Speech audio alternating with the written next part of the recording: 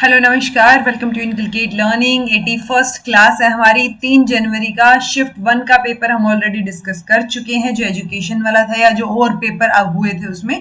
तो शिफ्ट 1 का हमने डिस्कस कर लिया था। शिफ्ट 2 का ये जो पेपर है इकोनॉमिक्स का, ऑल्दो जो शिफ्ट 2 में पेपर हुए होंगे सेम हुए होंगे, बट सीरीज इकोनॉमिक्स वाली है। ओके, सो शिफ्ट 2 का पेपर जो है आज हम डिस्कस करने वाले हैं। सेम ड्रिल है, 50 क्वेश्चन है, आपको करके देखने हैं साथ साथ, और आपको आंसर जो है वो अपने लिख के देखने हैं कि कितने क्वेश्चंस आपके ठीक बने और गलत हुए तो क्यों गलत हुए, वो एनालाइज ऑब्वियसली आप ही करेंगे। पेपर 1 के प्रीवियस ईयर क्वेश्चंस हैं जी। 80 क्वेश्चन पेपर हम ऑलरेडी कर चुके हैं। मैं हमेशा बोलती हूँ कि आपको कोई भी मॉक टेस्ट देने की जरूरत नहीं है। आपके पास ऑलरेडी इतने सारे प्रीवियस ईयर क्वेश्चंस हैं कि आप बार बार उन्हीं को प्रैक्टिस कीजिए।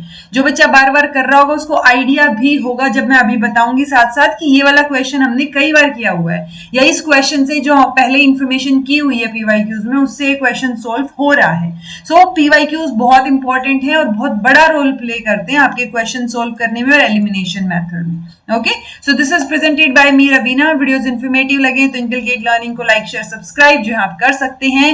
It's absolutely free. So free में इतना तो बनता है कि आप लाइक शेयर और सब्सक्राइब कर दें। चलिए, पहला क्वेश्चन डाटा इंटरप्रिटेशन का बिल्कुल आपके सामने है। सो एक टेबल जो है वो ऑब्वियसली अगेन टेबल दी गई है, उसमें सेल दी गई है कैमरास की, प्रिंटर्स की और स्पीकर कितने बिके उनकी। तो एक डाटा दे रखा है, ए बी सी डी, ये शॉप दे रखी है, कौन कौन सी दुकानें हैं।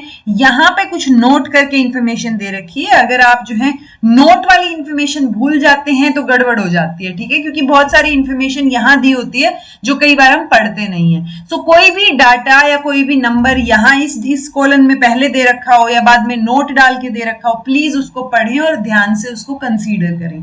ओके, जैसे what is the ratio of number of speakers sold by shop B. तो ये है shop B to the number of speakers sold by shop D. तो ये है shop D. Number of speakers तो दे नहीं रखे, निकालने पड़ेंगे। सो आप कोशिश कीजिए कि ये पूरी टेबल जो है एक बार फिलअप कर लें, क्या क्या चीजें हैं, ठीक है, क्योंकि कैमराज कितने बिके, प्रिंटर कितने बिके और स्पीकर कितने बिके, वो अगर हमें पता है तो मोस्टली क्वेश्चन सारे वहीं सोल्व हो जाएंगे। ओके, तो देखो ये जो डाटा दे रखा है ये है 40% of the number of camera sold, यानी जितना कैमरा बिके हैं उस कैमरा जितने बिके हैं उनका 40% ही दे रखा है ये। सो कई बार कंफ्यूजन में ये भी हो सकता है कि अच्छा ये तो कैमरा बिके हैं 200, नहीं, ये 200 जो है वो 40% है जितने एक्चुअल में बिके हैं। सो वो आपको कैलकुलेट यहां से करना पड़ेगा। सो यहां से मैं कैलकुलेट कर सकती हूँ कि कितने नंबर ऑफ कैमराज जो है वो यहाँ पे बिके हैं, राइट। सो वो हो जाएगा total number of cameras, printer और speaker sold by shop A.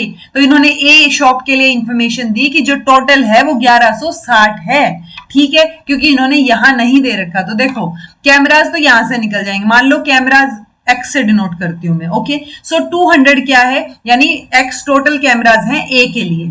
Okay, सो ए में एक्स कैमरास हैं, एक्स का 40% इज इक्वल टू 200। तो ये क्या हो गया जी, 200 मल्टीप्लाई 100 डिवाइड बाय 40, 0 0 4 5 20 और 0 5 एकम 5, यानी टोटल तो 500 कैमराज हैं। 500 का 40% जो है इन्होंने कैलकुलेट करके 5 के 20, 200 यहां दे रखा है। समझ आया आपको। तो ये क्या हो गया, इस तरीके से आपको ए बी सी डी के लिए निकालने, सी के लिए चलो यहाँ वैल्यू नहीं दी हुई। देन है half the number of printer sold, यानी जो प्रिंटर के दे रखे ये आधे हैं, तो इसका डबल अगर मैं कर दूंगी 100, फिर वो पता चलेगा कि टोटल प्रिंटर कितने बिके हैं, ठीक है। तो प्रिंटर यहां से आ जाएंगे। देन यहाँ पे एक चीज दे रखी है, दूसरी का रेशियो दे रखा है, तो हम यहां से भी कैलकुलेट कर लेंगे, ठीक है। इट्स लाइक 5/3 का रेशियो है ना। सो यहाँ पे क्या है, कैमराज ये 500 थे, सो 500 डिवाइड बाय AX, यहां से स्पीकर निकाल लो, वो निकल जाएगा आपका। तो इस तरीके से आपको चीजें थोड़ी थोड़ी कैलकुलेट करनी पड़ेंगी। जैसे ratio of number of cameras to speaker sold by B, तो बी में इन्होंने 10:7 रेशियो है, वही यहां देने की बजाय यहां मेंशन कर दिया। हो सकता है आप यहां से कंफ्यूज, क्योंकि यहां दे देते तो इन्होंने तीनों इंफॉर्मेशन दे दी, हम तो बहुत इजी समझ लेते इसको, राइट। तो टफ बनाने के लिए सिर्फ नीचे प्रोवाइड कर दी। हो सकता है बहुत सारे बच्चे नीचे ना पढ़े, ध्यान ना दें। तो ये 220 का डबल करोगे तो प्रिंटर की संख्या आ गई हमारे पास, यहाँ पे 40% है तो स्पीकर की आ गई, इसका 40% मतलब एक्चुअल वैल्यू ऑब्वियसली निकाल लेंगे, जैसे ये निकाली थी। तो ये कैलकुलेट करो। उसके साथ साथ ये भी कर सकते हो कि इन दोनों को प्लस, पर टोटल नहीं दे रखा, ठीक है, तो यहां से ऑब्वियसली ये वैल्यू आ गई, तो 10:7 है, तो ये 7% के क्या वैल्यू है वो निकाल सकते हो। ओके, सो ये देखो जी, इस तरीके से आपको यहां से निकल जाएंगी values. Number of cameras sold by B, तो बी ने कितने कैमराज बेचे हैं वो यहाँ से ये 40x डिवाइड बाई 100 320, यानी टोटल 800 उत्तर आ जाएगा। ओके, स्पीकर्स कितने बेचे हैं, स्पीकर्स 10:7 है ना, तो 10/7 800/y, y की वैल्यू आ गई 560। सेम डी के लिए, डी ने कितने कैमराज बेचे हैं, 240 जो है वो क्या 40% है, तो यहां से एक्चुअल वैल्यू 600 आ गई। नंबर ऑफ स्पीकर्स जो बेचे हैं वो 6:7 है, तो यहां से हमारे पास वैल्यू आ गई 700। हमसे रेशियो पूछा है 560 डिवाइड बाई 700, 4:5 का रेशियो, आंसर नंबर 3 सही आ जाएगा। इजी है, तो इस तरीके से सारी इंफॉर्मेशन जो दी गई है उसको एक्चुअल में यूज करना है। ठीक है, नेक्स्ट है if average number of printers and speakers sold by shop C is, तो एवरेज दे दिया प्रिंटर और स्पीकर का। मान लो प्रिंटर को मैं x बोल रही हूँ, स्पीकर को y बोल रही हूँ, so x plus Y divide by 2 दे दिया। ठीक है, average number of cameras and printer जो है वो आपसे पूछ लिया। सो ऑब्वियसली ये देखो c के लिए यहाँ भी इंफॉर्मेशन दे रखी है, बोल रहे हैं जो नंबर ऑफ कैमराज बिके हैं वो 4 टाइम्स है जो स्पीकर बिके हैं उससे। ठीक है, तो यहाँ पे प्रिंटर और स्पीकर दे रखे हैं। प्रिंटर मेरे पास ऑलरेडी है, ये रे 300, यानी कि 300 दूनी 600, 600 स्पीकर्स बिके हैं, तो 600 में से आप इसको माइनस कर दो, यहां से निकल जाएगा ना, x plus Y divide by 2 है ना, तो ये एवरेज, तो टोटल कितना है, यहाँ पे प्रिंटर की वैल्यू आ गई ना मेरे पास, तो यहाँ 350 रखो और ये y की वैल्यू कैलकुलेट कर लो। ठीक है, सो वो यहां से मेरे पास वैल्यू आ गई प्रिंटर की, स्पीकर की। अब मेरे पास क्या है, ये बोल रहे हैं कि स्पीकर जितने बिके हैं, जो स्पीकर की वैल्यू आई उसको 4 से मल्टीप्लाई कर दो, वो कैमरा की वैल्यू हो जाएगी। That's it. तो वहां से फिर आप कैमरा और प्रिंटर का एवरेज निकाल लो। ठीक है, सो इस तरीके से कुछ आपको दिखेगा। ये यहाँ पे 350 दे रखा है, तो x की वैल्यू 3, ये 300 गुणा 2 आ गई अपनी, 600 आ गई। यहाँ से 600 plus y is equal to 700, 2 से मल्टीप्लाई कर दिया, y की वैल्यू आ गई 100, z की वैल्यू आ गई 4 गुना, तो x y z जो है वो हमने मान लिया है। ठीक है, तो ये वैल्यू भी हमारे पास सोल्व हो गई और मेरे पास यहाँ एवरेज आ गया 500। ठीक है जी, चलो नेक्स्ट है for shop be the number of printers and speakers sold is इतने % more than the number of cameras sold. So again यहाँ पे आपसे शॉप बी के लिए पूछा है, पहले क्वेश्चन में हमने वैल्यूज कैलकुलेट की थी। सो प्रिंटर और स्पीकर दोनों का और किसके कंपैरिजन में, कैमराज के कंपैरिजन में। सो ये यहाँ पे हमारे पास नेक्स्ट सोल्यूशन आ गया। नंबर ऑफ प्रिंटर्स जो बिके थे 440, आप देखना ही कैलकुलेट करके कि ये आपका आता है या नहीं। Again number of speakers 560, number of cameras 800, तो इन्होंने पूछा है number of printer and speakers जो बिके वो टोटल हो गए 1000, 200 ज्यादा है, मतलब ये जितने कैमराज बिके हैं, सो दो कितना % ज्यादा है, 200 डिवाइड बाई 800 मल्टीप्लाई बाई 100, सो 25% जो है वो इसका आंसर हो जाएगा। कोई दिक्कत? चलिए, total number of cameras and printers sold by shop A, तो जो total number of cameras and printer है शॉप ए में, ठीक है, वो कितने मोर देन है, यहाँ परसेंटेज नहीं निकालना है, कितने ज्यादा है जो प्रिंटर्स बिके हैं शॉप डी में, निकल जाएगा। इजी है, कोई दिक्कत होनी नहीं चाहिए आपको, सारी वैल्यूज जो है यहाँ ऑलरेडी मेंशन है। सो आप इसको कैलकुलेट करके देखिए, आंसर आपका 480 आ जाएगा और मुझे बताइएगा सोल्व हुआ कि नहीं हुआ। ओके, इजी है, जैसे मैंने पहले करवाए वैसे ही करना है। Next, in shop A if the number of pen drives sold is 120%, तो शॉप ए में बोला है अगर number of pen drives is sold 120% of the average number of speakers and cameras.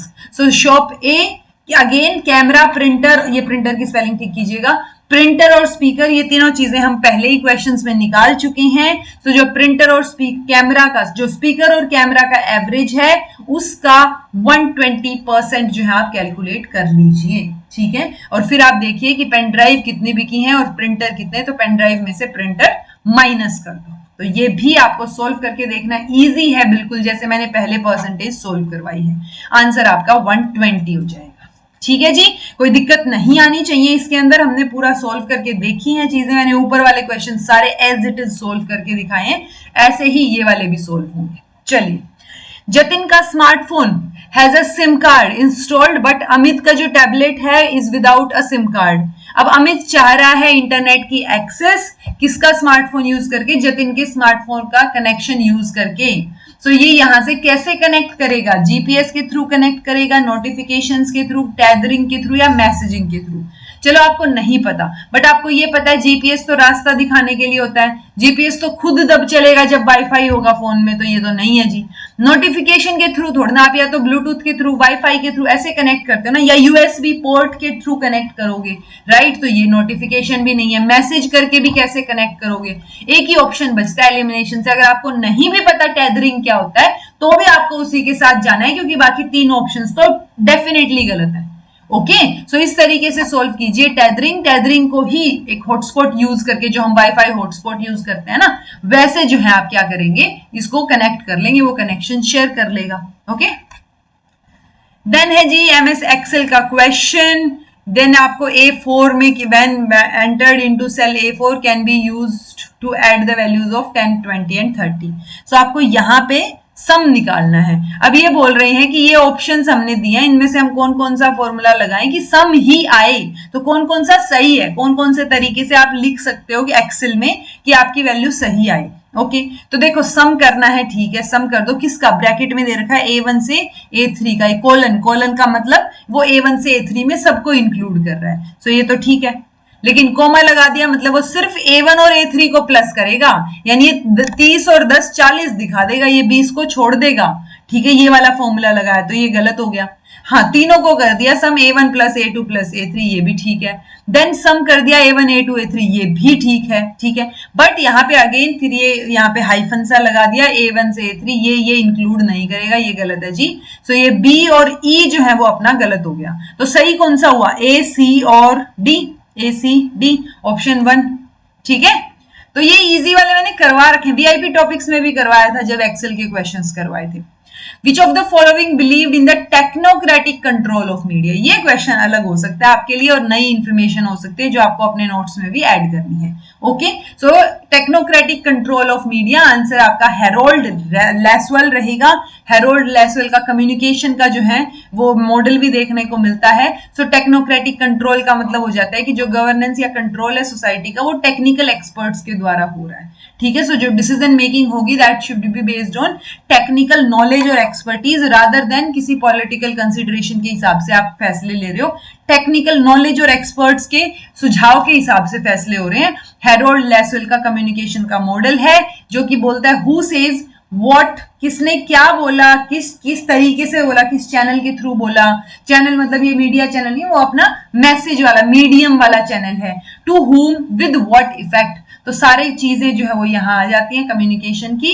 ये मॉडल मेजरली एम्फेसाइज करता है communicator को समझने में, मैसेज को, मीडियम को, ऑडियंस को, इफेक्ट को। तो ये 4-5 चीजों को समझने में हेल्प कर रहा है आपकी कि देखो हु सेज यानी कम्युनिकेटर कौन है, किसने कम्युनिकेट किया, क्या बोला, व्हाट मैसेज, विच चैनल किसके थ्रू, मीडियम क्या है वो हो गया, होम किसको बोला, ऑडियंस को बोला, तो ऑडियंस को समझने में हेल्प कर रहा है। और व्हाट इफेक्ट, तो क्या इफेक्ट निकल गया, क्या कॉन्सिक्वेंसेज या क्या प्रोज मतलब क्या फायदा नुकसान हुआ, वो इफेक्ट देखने को मिल रहा है। ठीक है, so one of the earliest model ये आपको देखने को मिलेगा।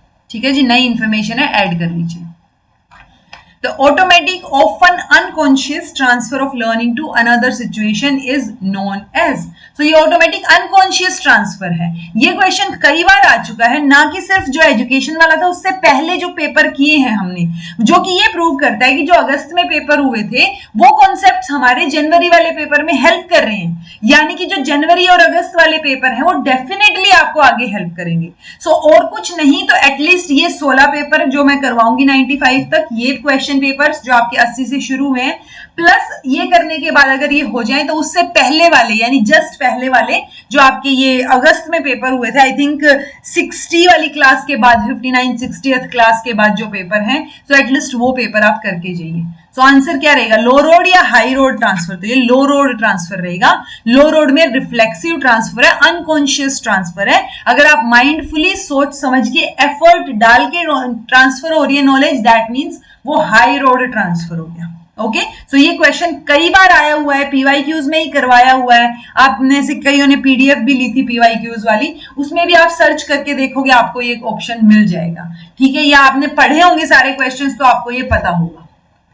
Identify the correct chronological sequence. अब आप सोच सकते हैं कि ये क्वेश्चन तो मतलब कैसे रटें, ठीक है। ओपन यूनिवर्सिटीज का क्वेश्चन है, 1000 बार आया हुआ है पीवाईक्यूज में, सारी यही यूनिवर्सिटीज पूछी गई हैं, कभी 4 दे दी, कभी 5 दे दी, कभी एक आधी अलग कर दी वो चीज। अदरवाइज मैंने आपको चीख चीख के बोला था एटलीस्ट जो फर्स्ट 5 यूनिवर्सिटीज हैं ओपन, उनको याद रखो, वो पूछी जा रही है बार बार, और वही चीज यहां पर है, ठीक है। तो आपको पता होनी चाहिए। सो ये दी आंसर आपका सेकंड रहेगा। ये यूनिवर्सिटीज हैं, और ये जो मैंने इंफॉर्मेशन डाली है ये आपके पीवाईक्यूज से ही डाली है, ये सारी पीवाईक्यूज में आई हुई है। Okay, so first doctor B R Ambedkar open university Hyderabad वाली 1982 में, 85 में इग्नू, 87 में वर्धमान महावीर ओपन यूनिवर्सिटी राजस्थान कोटा, 87 में नालंदा ओपन यूनिवर्सिटी, 89 में यशवंत राव चौहान ओपन यूनिवर्सिटी। मैंने आपको बोला था एटलीस्ट ये 5 याद रखो, ठीक है। अगर ये भी ध्यान होती तो भी आपका क्वेश्चन यहां से सोल्व होने के चांसेस बढ़ जाते हैं। ओके, देन है आपका ये क्या बोलते हैं, मध्य प्रदेश की भोज ओपन यूनिवर्सिटी, देन आपका ये कर्नाटका की open university Netaji Subhash Chandra open university, और ये आपका यूपी की राजश्री टंडन 1999। सो ये पीवाईक्यूज में आए हुए हैं जी, ये इंफॉर्मेशन मैंने भी कंपाइल कर दी है, आप भी अपने नोट्स में ऐड कर लीजिए। सो चीजें आपको थोड़े एफर्ट डालने पड़ेंगे, अपने नोट्स बनाने पड़ेंगे अगर आपको चीजें याद नहीं हो रही हैं तो, ठीक है। करेक्ट निकालना है एक्सप्रेशन को 2 डेसिमल तक। ओके, सो ये तो ऑब्वियसली आप मल्टीप्लाई करके ही सोल्व करेंगे। आई होप आपको मल्टीप्लाई करना और जोड़ घटा गुना भाग आता हो। सो ये क्वेश्चन सोल्व करके देखना, इसकी कोई और ट्रिक अगर होती भी हो तो भी याद रखने की जरूरत नहीं है, आपके पास ऑलरेडी बहुत स्टफ है याद रखने का, क्यों इन चक्करों में फंस रहे हो, वहां पे बैठ के आराम से इस क्वेश्चन को सोल्व कर सकते हो। और ये क्वेश्चन अगर आपके 2 मिनट भी ले लेगा तो भी ये क्वेश्चन ठीक होना चाहिए, ये गारंटी रहे। ओके, तो अच्छे से जोड़ घटा गुना भाग करना है शांत माइंड से। आंसर थर्ड होगा।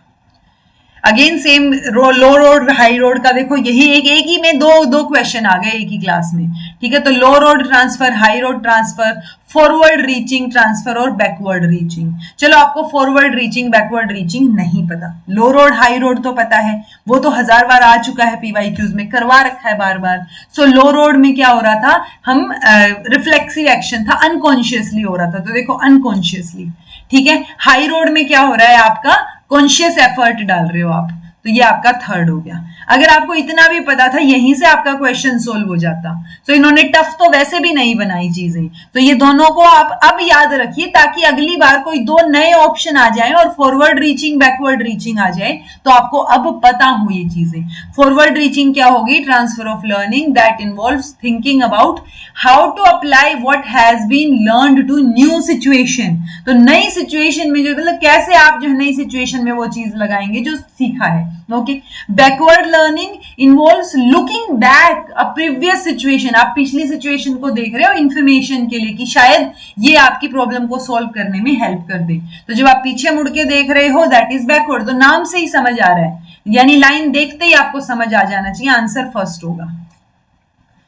देन है जी स्टैंडर्ड, नॉर्मल, वेरिएट और इंटरवल आपको दे रखा है, प्रोबेबिलिटी आपसे पूछी है। अगर आपने बेसिक स्टैट वाली क्लासेस देखी होंगी तो आपका ये नॉर्मल प्रोबेबिलिटी कर्व बहुत गंदा बनाया मैंने। तो जो नॉर्मल प्रोबेबिलिटी कर्व है, ये जो इन्फिनिटी तक होता है, नीचे टच नहीं करता है, ये करवा रखा है आपको। यहाँ पे आपका मीन होता है, जो 0 हम यहाँ कंसीडर करते हैं, इधर हम +1 +2 +3 और इन्फिनिटी तक जाते हैं, यहाँ -1 -2 -3 और इन्फिनिटी तक जाते हैं। यहाँ पे आपको ऑलरेडी मैंने करवाई हुई है चीजें कि ये 34.13% है, यहाँ पे 13 समथिंग है। तो ये चीजें अगर आपको पता होंगी तो ये यहां से आप याद कर समझ पाओगे, इस क्वेश्चन को सोल्व कर पाओगे। -2 -3 +1 +2 +3, ठीक है। लेफ्ट वाले जो हैं ये टोटल 50%, राइट वाला भी टोटल 50%। तो देखो ये क्या बोल रहा है, ये वाला देख लो, सबसे इजी है। 0 से ये 0 है +2 तक, तो z की वैल्यू ये +2 तक है। सो आपको ये प्लस करनी है, यानी 34.31 और 13 और बेसिकली 34 और 13 को प्लस करके देख लो ना, 4 और 3 7, 3 और 1 4, 47, तो 47 48 के अराउंड ये वाली चीज, ठीक है। इस तरीके से अगर आपको ये टेब या आपको ग्राफ याद होता, उसकी परसेंटेज याद होती, तो ही ये क्वेश्चन जो है वो आपका सोल्व हो पाता। ओके सो ये फर्स्ट आंसर रहेगा। ये ग्राफ मैंने ऑलरेडी करवा रखा है। ये 0.3413 लिखा हुआ है, बट आप परसेंटेज निकालोगे तो ये 34.13 आ जाएगा। ठीक है, सो 34.13, 13.59, ये आपका जो है 2.14। तो इस तरीके से आपको ये चीजें पता हो, ताकि आप ये मीन वाला जीरो लेके ये यहाँ पे z की वैल्यूज आप लगा लो। ये -1 ना, +1 +2 +3 देन इंफिनिटी तक, -1 -2 -3। अब आप सोचेंगे इंफिनिटी तक क्या होगा भाई, यहां से इंफिनिटी तक टोटल मिला के ही 50% है।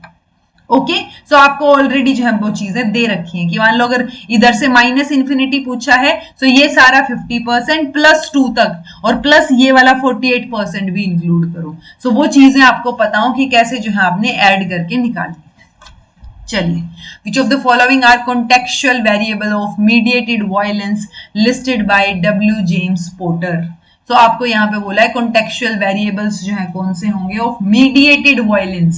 ठीक है, यानी कि इनकी वजह से वॉयलेंस हो सकता है, जो मीडिएट कर रहे हैं वॉयलेंस को। Okay, materialism, religious temperament, reward, identification with media characters और मोटिव।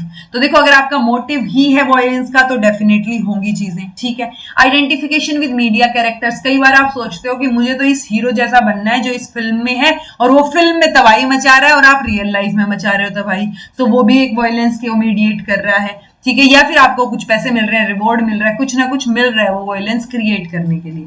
सो ये तीनों ऑप्शंस जो है वो आपके सही हैं, पहले दोनों नहीं होंगे। आंसर सी डी ई होगा। जो ये जो contextual variable of mediated violence मतलब वो फैक्टर्स जो इन्फ्लुएंस कर सकते हैं व्यूअर को कि वो कैसे इंटरप्रेट कर रहा है चीजों को और कैसे अफेक्ट होगा वायलेंट कंटेंट से। ठीक है, अगर आप एनिमल मूवी देख के कि हाँ भाई पापा के लिए है और आप भी तबाही मचा रहे हो, so that's wrong. Okay so वो चीज क्या है, वो मीडिएट कर रही है, वो जो वायलेंट कंटेंट है। इनफैक्ट आजकल तो इंस्टाग्राम या जो आपके यूट्यूब वगैरह उसमें भी वीडियो चलने से पहले दिख जाता है कि ये वायलेंस दिखा रहा है, तो आप अपनी एज अप्रोप्रिएट देखिए कि आप इसको देख पाएंगे या नहीं। ठीक है, सो वो चीजें भी एग्जिस्ट करती हैं। सो ये दोनों जो है आपके नहीं होंगे, सी डी ई आपका आंसर हो जाएगा। How many core national missions are there in the National Action Plan on Climate Change? अगर ये क्वेश्चन आप गलत कर रहे हो, so my friend you are in trouble, क्योंकि ये क्वेश्चन 1000 बार आ चुका है PYQs में, VIP टॉपिक्स में करवा चुकी हूँ।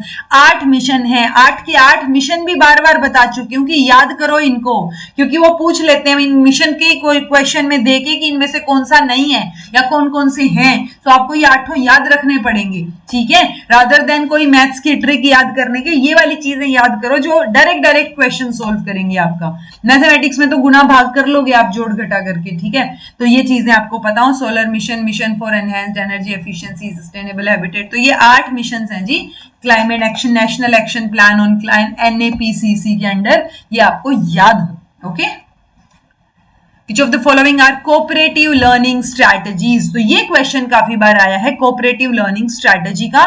इस बार ये क्वेश्चन जो है मैं आपके उसमें भी डालूंगी, क्या बोलते हैं आपका जो रिवीजन मैराथन होगी। सो cooperative learning strategies बहुत सारी इन्होंने खुद ही दे दी हैं, तो वो आपको बतानी है। तो देखो, टीम, पेयर, देन सोलो। तो पहले टीम में आप काम करो, फिर पेयर में करो, फिर अकेले करो। Cooperation, fishbowl, think, pair, share, jigsaw, numbered heads together. तो इनमें से कौन कौन सा होगा? आंसर आपका ABCDE। सो ये सारी की सारी जो है वो कोऑपरेशन के लिए हैं। ये आप बोलते हो कई बार कि थोड़ी और एक्स्ट्रा इन्फॉर्मेशन बाकी क्वेश्चंस में भी डाल दो, तो जो इजी है उसमें भी मैंने इन्फॉर्मेशन डाल दी है। तो ये टीम, पेयर, सोलो, फिशबॉल तो मैंने डिटेल में भी करवा रखी है, think, pair, share, jigsaw, numbered heads together. ठीक है जी, चलिए, which of the following are physical parameters of water quality? So physical parameters यानी वाटर को देखते ही आप बता सकते हो कि क्वालिटी कैसी है पानी की। हार्डनेस नहीं, हमें देखते ही तो हार्डनेस, सॉफ्टनेस नहीं पता चलेगी, ना ये पता चलेगा कि टेम्पररी हार्डनेस है या परमानेंट है।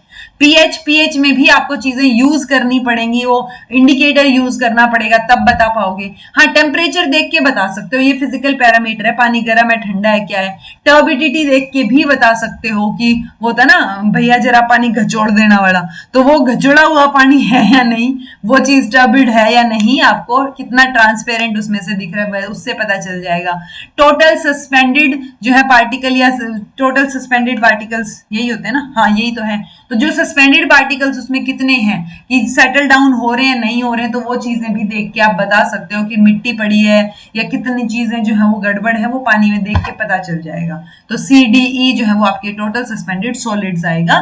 तो ये नॉन सेटलेबल सॉलिड पार्टिकल्स जो कि फिल्टर में ट्रैप हो जाएंगे, कंकड़, पत्थर, मिट्टी, ठीक है, तो इस तरीके की चीजें अगर पानी में तो दिख के पता चल जाएंगी। सो ये फिजिकल पैरामीटर में इंक्लूडेड रहेगा। What is the correct sequence of path of particulate matter exposure to human? तो इनिशियल टू फाइनल। अब आप बताओ, ये क्वेश्चन कोई याद करने वाला क्वेश्चन है? आपको कॉमन सेंस है ना, पहले कहां जाएगा, ब्लड में थोड़ी चली जाएंगी चीजें। इनिशियल टू फाइनल पूछा है, पहले आप चीजों को इनहेल करोगे, इनहेल करके वो लंग्स में जाएंगी, लंग्स के थ्रू वो ब्लड में जाएंगी, ब्लड के थ्रू वो सॉफ्ट टिश्यूज में जाएंगी, ठीक है। सो आंसर आपका क्या हो जाएगा, DACB आपका आंसर हो जाएगा, ठीक है। देन अगेन ये वाला क्वेश्चन, कन्वर्जन वाला क्वेश्चन 1000 बार करवा चुकी हूं। अच्छा, एक और आइडिया आया था मुझे कि कन्वर्जन में अगर आपको डेसिमल के बाद वाला सोल्व करना नहीं आ रहा है या आपको लग रहा है लंबा होगा, पहले आप डेसिमल से पहले पहले वाले सोल्व करके देख लो कि क्या उससे ही क्वेश्चन सोल्व हो रहा है आपका, ताकि आपको पूरा सोल्व ना करना पड़े। ओके, इट्स लाइक अगर आप 2 का ये सोल्व कर रहे हो तो 2 की 0 1 2 3 4, ठीक है। तो यहाँ पे आ गया 1 2, 2 दूनी 4, 4 दूनी 8 और 8 दूनी 16। वैल्यूज क्या क्या है, 1 0 0 1 1, ठीक है। तो 16 एकम 16, 8 एकम 8 और 1 एकम 1, ये 0 हो जाएंगे। तो 16 और 1 17, 17 और 8 25 है ना, हाँ 25। सो 25 पॉइंट समथिंग आएगा ये डेसिमल, ठीक है। 123 है तो 4 की 0, 4 की 1, 4 की 2, 4 में दे रखा है ना ये, तो यहाँ पे 1 4 4 चौके 16, 1 2 3, यानी कि 16 एकम 16, 4 दूनी 8 और 3 एकम 3, तो 8 16 8 और 1 नहीं, ये तो ज्यादा आएगा, 8 9 10 11, 11 और 16 को ऐड कर लो, 6 और 1 7 और 27 आ गया, यानी 27 पॉइंट समथिंग। देन 31 का पूछ रखा है, तो 8 की 0 8 की 1, तो यहाँ पे 1 और 3, सो 8 एकम 8 दिया 24 और आपका क्या हो गया, 1 एकम 1, 24 और 1 25। ओके, ये आया है बराबर का थोड़ा। देन है आपका 19, यानी कि 16 का 0 16 का 1, तो यहाँ पे आप कैलकुलेट करो, ये आपका 1 आएगा, ये 16 आएगा, सो 1 और 9, तो ये क्या हो गया आपका 16 एकम 16 और 9 एकम 9, ये भी आ गया 25। ओके, सो अब ये देखो, पहले तो सबसे ज्यादा इन्होंने क्या पूछा है, असेंडिंग ऑर्डर, यानी सबसे लास्ट में तो बी होएगा। ओके, पूरा सोल्व करना पड़ेगा भाई, ठीक है। मेरी जाला की ज्यादा काम आई नहीं, बट ये पूरा सोल्व करना पड़ेगा, तो आपको बाद का भी सोल्यूशन पता हो। ये कैसे सोल्व होगा, 2 की -1 2 की -2, ठीक है, वहां पे फिर 1 1 मल्टीप्लाई करो यहाँ पे और फिर उसको प्लस करो। सेम यहाँ पे 4 की -1, वो जो आंसर आएगा उसको 2 से मल्टीप्लाई करो।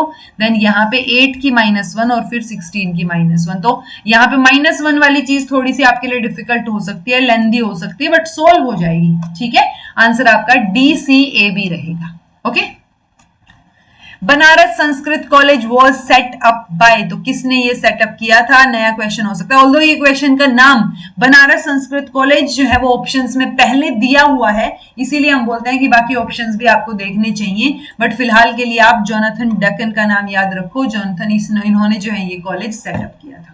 Okay, when a person responds the same way to just about every item on a rating scale, so हर एक आइटम पे वो सेम ही जो है क्या कर रहा है, टिक कर रहा है, हर पे गुड गुड गुड गुड पे टिक कर दिया। सो ये respondent is engaging in telescoping, satisfying, non differentiation और ऑप्टिमाइजिंग। सो हमें समझ आ रहा है कि ये चीजों को डिफरेंशिएट नहीं कर पा रहा है, कैसे आंसर करना है। सो नॉन डिफरेंशिएशन जो है वो आपका आंसर हो जाएगा। Okay, Identify the scales of measurement that has or have an absolute 0 point. इससे इजी क्वेश्चन तो क्या ही होगा, नॉमिनल इंटरवल रेशियो स्केल, सिर्फ रेशियो स्केल में 0 पॉइंट यहाँ पे होता है। Okay, again square of opposition का क्वेश्चन AEIO VIP टॉपिक्स में भी करवा रखा है आपको।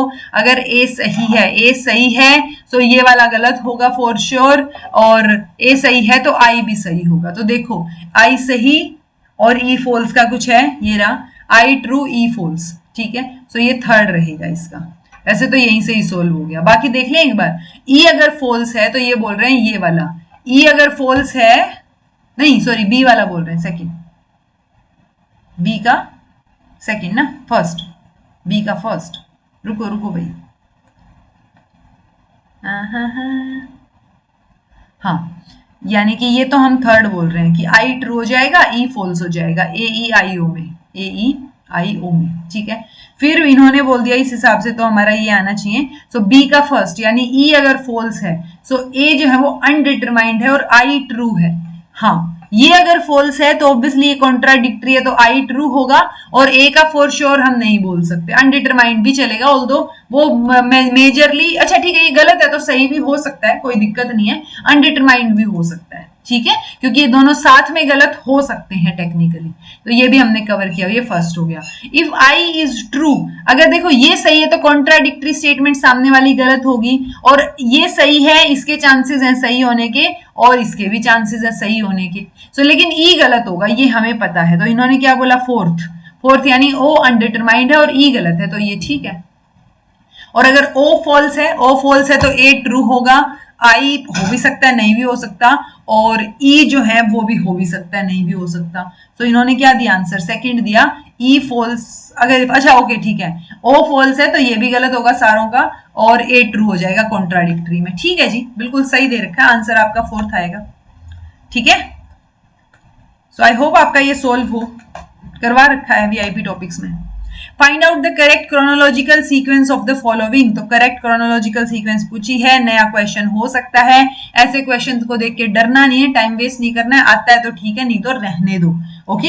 सो वो सिचुएशन है। अब मैं बता देती हूँ, सबसे लास्ट में यहाँ पे चॉम्स्की का प्रोपेगेंडा मॉडल, इन्होंने क्रोनोलॉजिकल सीक्वेंस पूछी है, पहले ये हॉलीवुड, देन ये बीबीसी ब्रॉडकास्टिंग कॉर्पोरेशन, देन आपका ए के बाद डी हेज कोड, फिर hip hop music, and then Chomsky का प्रोपेगेंडा मॉडल। सो ये इसके बारे में थोड़ी इंफॉर्मेशन है कि कब जो है ये एमर्ज आउट हुए, हॉलीवुड 1911, बीबीसी 1922, हेज कोड। तो ये इंफॉर्मेशन अब आपको ध्यान रखनी है थोड़ी, ताकि अगर दोबारा ऐसा क्वेश्चन आ जाए तो पता हो, अदरवाइज ऐसा कोई नया एक दो क्वेश्चन आपको देखने को मिलेंगे, उससे डरना नहीं है, क्योंकि आपको 50 में से 50 वैसे भी ठीक करने की जरूरत नहीं है जेआरएफ के लिए, ओके।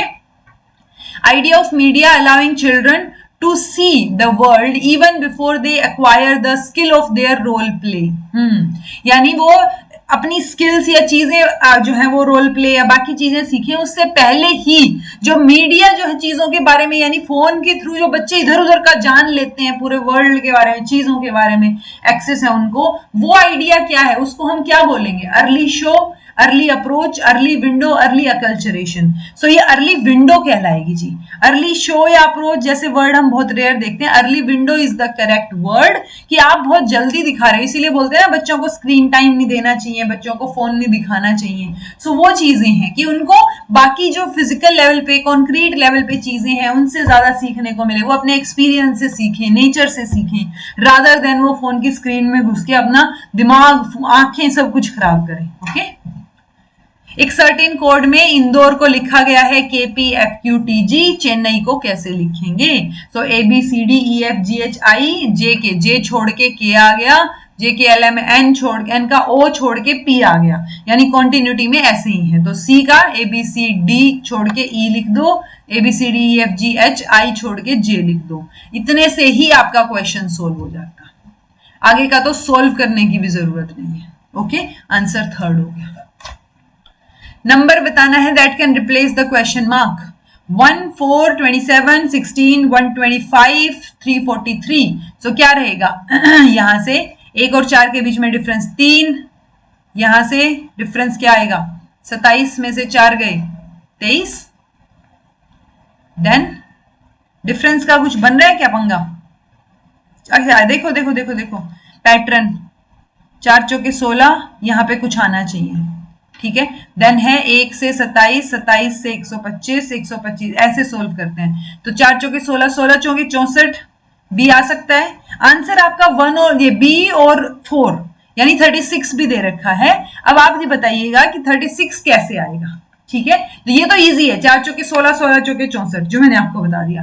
टफ वाला आपको बताना है कि ये जो है इन्होंने 64 के साथ साथ 36 को सही कैसे दिया है। तो बेसिकली अगर आप लॉजिक लगा के, कोई टेक्निक लगा के एक पैटर्न ढूंढ पाते हैं तो ऑब्वियसली दो ऑप्शन भी सही हो सकते हैं, कोई गड़बड़ उसमें है नहीं, okay. Macaulay minute dispatch of 1854, Raja Ram Mohan Roy memorandum, Lord Minto minute. So आपको इतना तो पता होगा मकाले मिनट किससे रिलेटेड था, अगर आपने मेरी वीडियो देखी है तो। सो मकाले मिनट किससे था, ओरिएंटलिस्ट वाली चीज से। सो ओरिएंटल जो लर्निंग इंस्टीट्यूशंस है वो यहाँ से बंद हो गए थे। डिस्पैच, डिस्पैच को क्या बोलते हैं, establishment promotion of science knowledge about, यानी वो नॉलेज को एनहेंस करना चाह रहे थे। ये इसको वो भी बोलते हैं ना मैग्ना कार्टा ऑफ इंग्लिश, ठीक है। तो यहाँ से 4 फर्स्ट यहीं से ही आपका सोल्व हो रहा है, ठीक है। देन राजा राम मोहन राय ने संस्कृत कॉलेज कैलकाटा में, ये क्वेश्चन इंडिविजुअली भी आया हुआ है कि संस्कृत कॉलेज एट कैलकाटा किसने खोला, तो वो राजा राम मोहन रॉय, तो आप याद रखिए यहाँ से, ओके। लॉर्ड मिंटो जो है उन्होंने एग्जैक्टली एस्टेब्लिश नहीं किया है ये कॉलेज, बट 1811 में इन्होंने रेकमेंड किया था इस चीज को, ओके। सो आप इसको कनेक्ट मान सकते हैं कि हाँ एस्टेब्लिशमेंट के पीछे इनका हाथ है। आंसर 4th हो जाएगा। The approach to the study of reality that suggests that only knowledge gained through experience and senses is acceptable. So इस अप्रोच को आप क्या बोलोगे, तो एक्सपीरियंस की जहां बात आए वहां आंख बंद करके एम्पिरिसिज्म के साथ जा सकते हो। ये चीज भी कई बार आई हुई है कि एक्सपीरियंस, कई बार एम्पिरिसिज्म को डाटा के साथ भी कनेक्ट किया जाता है, बट एक्सपीरियंस के साथ आप कनेक्ट कर सकते हो कि जहां भी एक्सपीरियंस की बात हो रही है कि आपने कुछ करके देखा है, सीखा है एक्सपीरियंस, तो वो एम्पिरिसिज्म जो है उस अप्रोच को हम बोलेंगे, okay.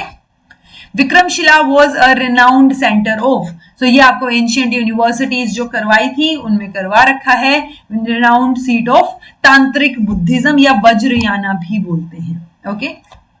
Arrange the following APA style, पिछली बैक टू बैक कितनी क्लासेस में आप देखो एपीए स्टाइल के बारे में पूछा हुआ है, ओके। यानी मैंने लास्ट अभी जनवरी में का तो एक ही पेपर करवाया था, तो उससे पहले अगस्त वाले पेपरों में इतनी बार पूछा हुआ है एपीए स्टाइल, तो ऑब्वियसली इंपॉर्टेंट है, आ सकता है, राइट। सो इसमें क्या रहेगा, कॉन्फ्रेंस का नाम, प्रेजेंटेशन, लास्ट नेम, तो देखो ऑथर का नाम आएगा, ठीक है, ये पता है। लोकेशन यूजुअली लास्ट में आती है, आप यहां से भी याद कर सकते हो।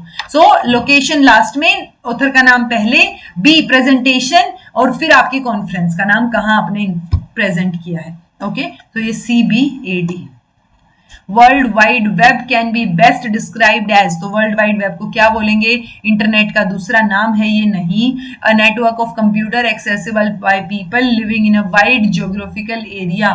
सो वो कंप्यूटर से वो कंप्यूटर का नेटवर्क बोला गया है। System of interlinked hyper text documents assessed through internet, तो देखो वाइड एरिया तो ठीक था, बट कंप्यूटर का नेटवर्क नहीं है जी, ये हाइपर टेक्स्ट डॉक्यूमेंट्स जो है वो इंटरनेट के ऊपर लिंक्ड है, जो आपको मिल जाएंगे। सो कंपनी का प्राइवेट डिजिटल वर्क स्पेस नहीं, तो आंसर आपका 3rd आ जाएगा, ओके। देन है जी मेन फ्रेम कंप्यूटर्स, लैन, जावा और रोम। सो नॉन वोलेटाइल मेमोरी, जिसको आप पढ़ सकते हो, उस पर लिख नहीं सकते, तो रीड ओनली मेमोरी, ठीक है, इसमें तो कोई दिक्कत ही नहीं होगी। बी का 4th, ये देखो यहीं से ही सोल्व हो गया, बाकी भी हो जाता। A type of computer where computers are connected together in a home और कंपनी, तो ये लोकल एरिया नेटवर्क, लैन, ठीक है। देन है these computers are used by airline companies to handle the large volume of data, जैसे ticket reservation, तो ये बड़े कंप्यूटर्स होते हैं, mainframe computers, okay. I example of high level computer programming language, तो जावा लैंग्वेज है coding के लिए, ठीक है। तो सेकेंड ऑप्शन सही है जी, okay. Which of the following were the recommendation of Indian University Commission 1902? तो 1902 के यूनिवर्सिटी कमीशन की क्या रिकमेंडेशन रही है, अमेरिकन सिस्टम ऑफ एजुकेशन को अडॉप्ट करेंगे। हम पे ब्रिटिशर्स का रूल था, ऑब्वियस सी बात है, वो अमेरिकन सिस्टम को क्यों अडॉप्ट करेंगे, ठीक है। मेडिकल यूनिवर्सिटीज की एस्टेब्लिशमेंट, तो ऐसा कुछ नहीं बोला था उन्होंने। यूनिवर्सिटी गवर्नमेंट को रीऑर्गेनाइज करेंगे बेसिकली, और रूल्स को स्ट्रिक्ट कर देंगे, यहां से वो करिकुलम में चेंजेस करेंगे और मेथड ऑफ एग्जामिनेशन में भी चेंजेस करेंगे, तो CDE जो है वो सही आंसर रहेगा, ओके। अगर उस टाइम की सिचुएशन आपको थोड़ी ध्यान हो, ब्रिटिशर्स का पॉइंट ऑफ व्यू ध्यान हो, वहां से भी ये क्वेश्चन सोल्व हो जाता, okay. So Indian university commission को रेले कमीशन भी बोलते हैं, ये बात ध्यान रखिए। वो मेजरली इंप्रूवमेंट के नाम पे लाया गया था कि यूनिवर्सिटी की गवर्नेंस को, करिकुलम को, एग्जाम मेथड्स को, एजुकेशन की क्वालिटी को हम बेटर करेंगे, बट उनका मेन जो हिडन एजेंडा था यहाँ पे लॉर्ड कर्जन का, वो ये था कि वो जो है ज्यादा होता है ना, अपनी स्ट्रिक्ट पॉलिसीज अपनाएं, ताकि उनके अगेंस्ट, क्योंकि यूजुअली वहां पे इस टाइम पे जो पढ़े लिखे बच्चे थे वो आवाज उठाने लग गए थे ना, तो वो आवाज ना उठा पाए और हम रूल्स को स्ट्रिक्ट कर दें। जो यूनिवर्सिटी में पढ़ते हैं वो बच्चे किसी प्रोटेस्ट में शामिल नहीं होंगे करके बहुत सारी चीजें जो है उस टाइम पे हुई थी, अगर आपको थोड़ी हिस्ट्री पता हो तो। What is the correct sequence from minimum to maximum of soot emission from vehicles running on different type of fuels? अच्छा देखो, ये भी आपको मान लो नहीं पता, पर आपको ये पता है कि डीजल बेटर है या पेट्रोल। हम बोलते हैं ना डीजल वाली गाड़ियां बंद हो रही हैं, डीजल वाले पे बहुत धुआं निकलता है, यानी सूट एमिशन सबसे ज्यादा डीजल में होता है, उससे कम पेट्रोल में होता है। पेट्रोल से बेटर हम सीएनजी को मानते हैं, और उससे भी better hydrogen energy fuelled vehicles, या जो अभी हम और बात कर रहे हैं कि ऐसे एनर्जी के व्हीकल्स हम लेके आएंगे। Okay, so answer D A B C हो गया भाई।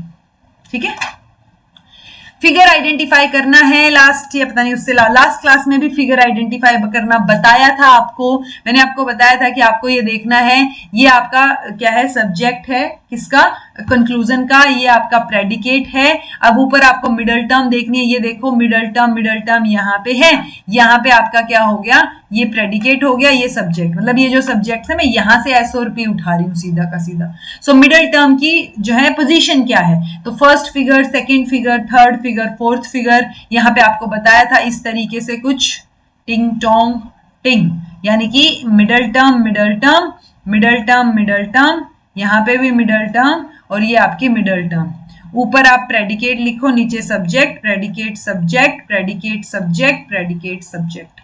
तो यहाँ पे देखो, यहाँ पे ये सिचुएशन नहीं बन रही, सेकंड फिगर नहीं होगा, वहां पे जो ऑप्शन था उनमें थर्ड फिगर पूछ रखा था। तो देखो फिगर का क्वेश्चन काफी टाइम से नहीं आया था, तो इस बार पूछ लिया, बट हमने क्लासेस में कर रखा है फिगर कैसे कैलकुलेट करना है। ठीक है, सो ये चीज आपको पता हो कि फिगर को आप कैसे कैलकुलेट करेंगे, मिडल टर्म की पोजीशन पे बेस्ड होता है ये।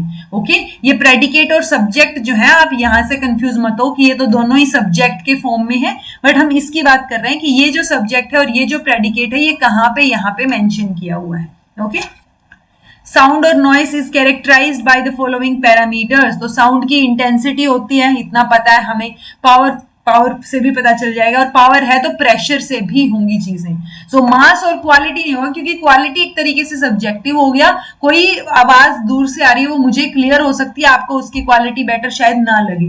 सो वो डिपेंड करता है। जैसे हमारे एक टीचर हैं, मतलब मास्टर्स में थे, सो उनको बहुत क्रेज था कि वो जो उनकी साउंड क्वालिटी, चीजें सुनना, सॉन्ग सुनना, तो उसमें उनको बहुत हाई क्वालिटी की चीजें चाहिए होती थी।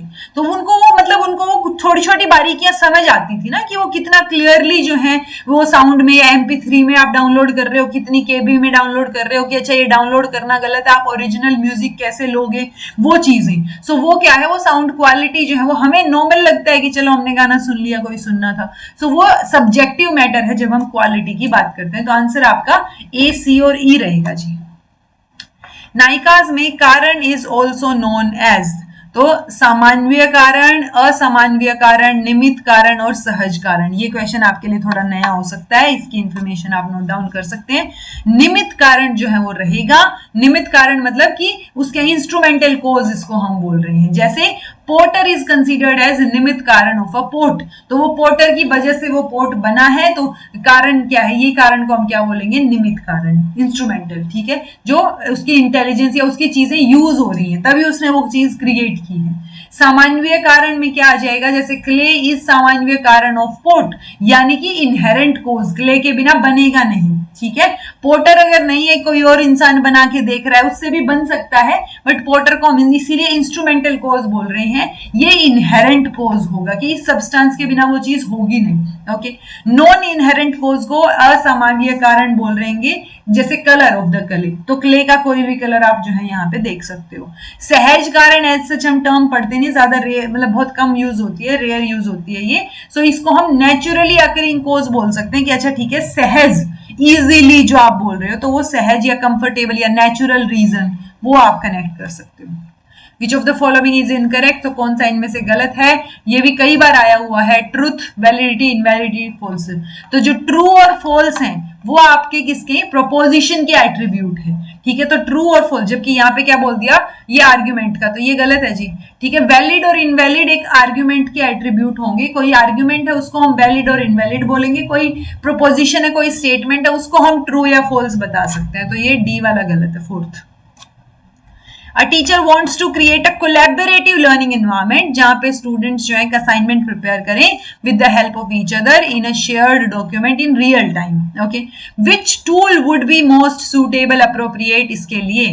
So देखो shared time document बोला है ना, तो डॉक्यूमेंट आप शेयर भी कर पाओ, उसमें ऐड कर पाओ चीजें, so Google Docs जो है वो ज्यादा बेटर रहेगा। ओके गूगल डॉक्यूमेंट्स जो है।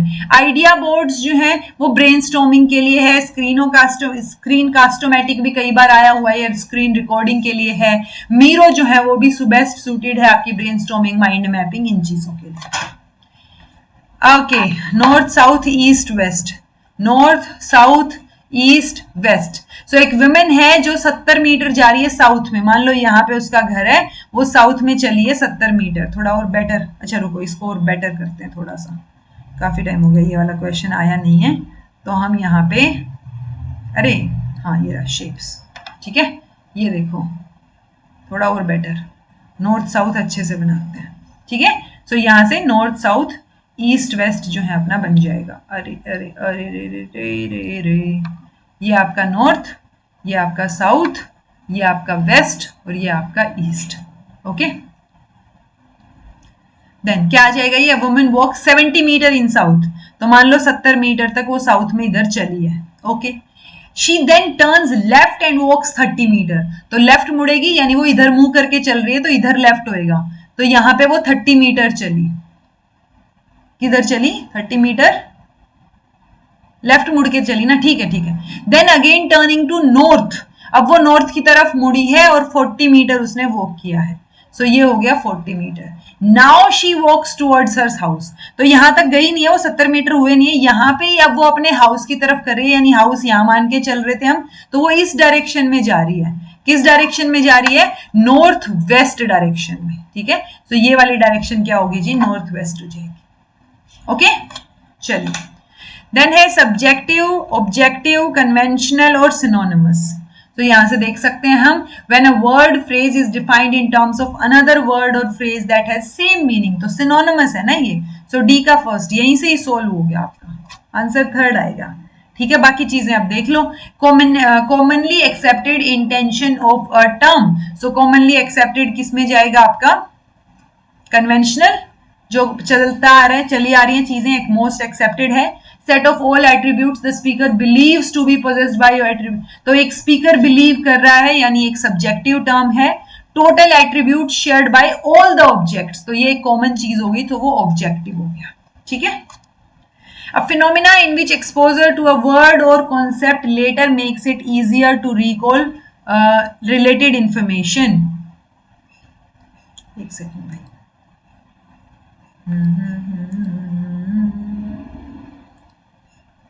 नहीं हाइलाइटर आ गए तो,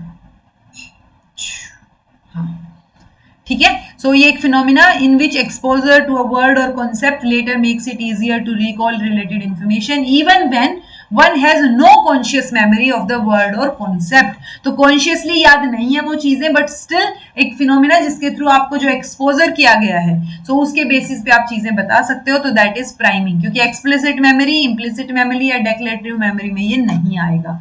सो प्राइमिंग है एक सिचुएशन जहां पे एक्सपोजर टू अ वर्ड और कॉन्सेप्ट, तो सबकॉन्शियस इंफ्लुएंस आपको यहाँ पे नजर आएगा।